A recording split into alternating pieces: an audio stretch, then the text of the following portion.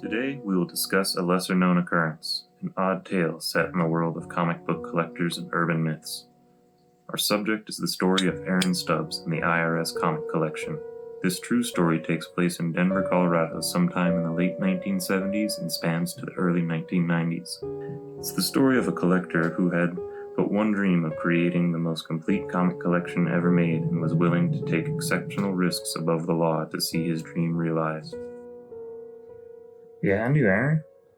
Yeah, I mean, it wasn't too different than any of the other kids coming around here with comics. Bad hair, bad smell, very particular and difficult about the things he wanted. But, what was interesting about Arron was the amount of money he spent in this place. He wasn't getting that for allowance. Arron Stubbs was a familiar face around most comic shops in the Denver area. What most people didn't know was that Arron worked for the Colorado Department of Revenue as a computer technician.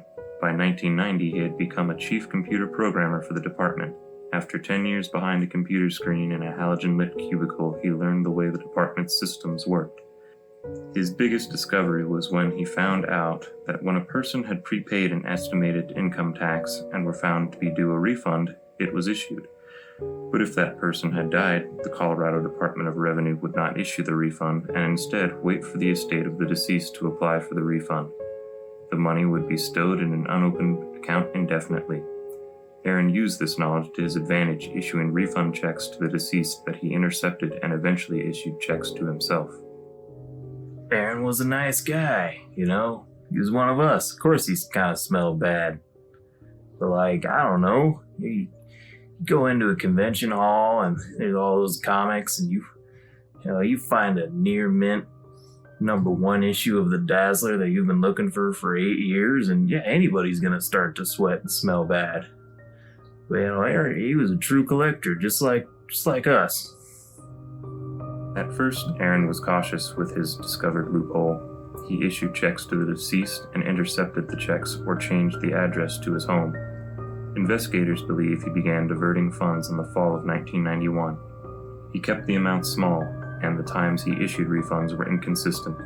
He paid for his comics in cash and left little to no paper trail.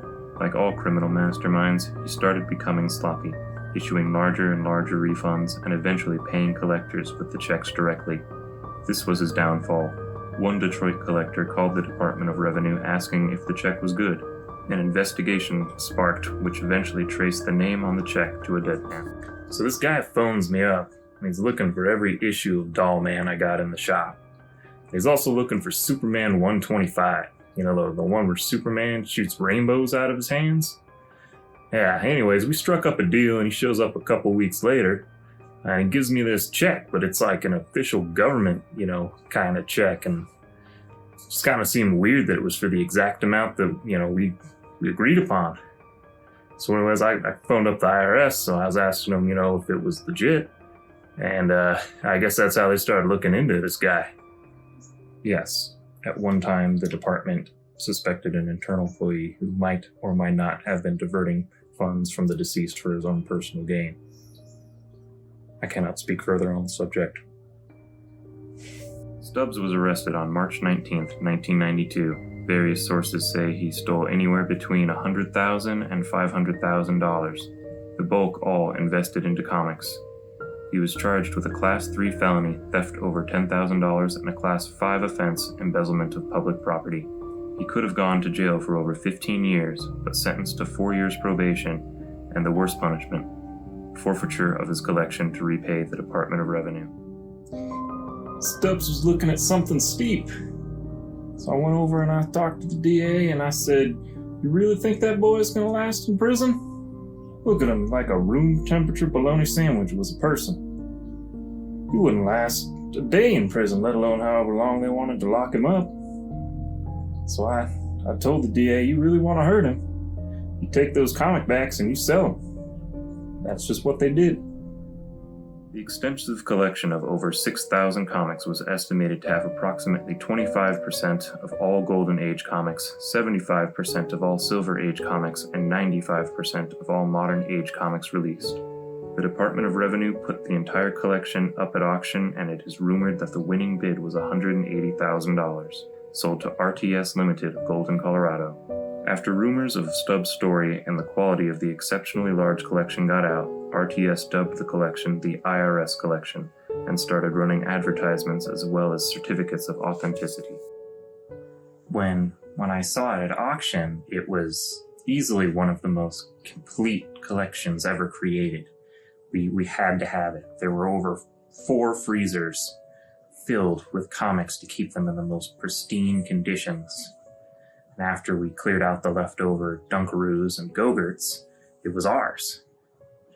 So after a while, people started asking, are those the comics from that hacker mastermind who stole all the money from the government? And after a while, we realized it was a good selling point. So we drafted up the IRS comic collection certificates and just ran ad after ad after ad, selling out these comics. But the problem is there isn't a lot of ad generation around comics in those days, but I think it reached the people that wanted to know about it. In the end, not much can be said on where Arron Stubbs is now, if he served his time, and if you can still find him wandering the aisles of some small comic store in Colorado. The legend seems to have died with dispersal of his collection, but in the end, Arron Stubbs at one point in time was truly the greatest comic collector of all time and was willing to go above the law to complete his collection.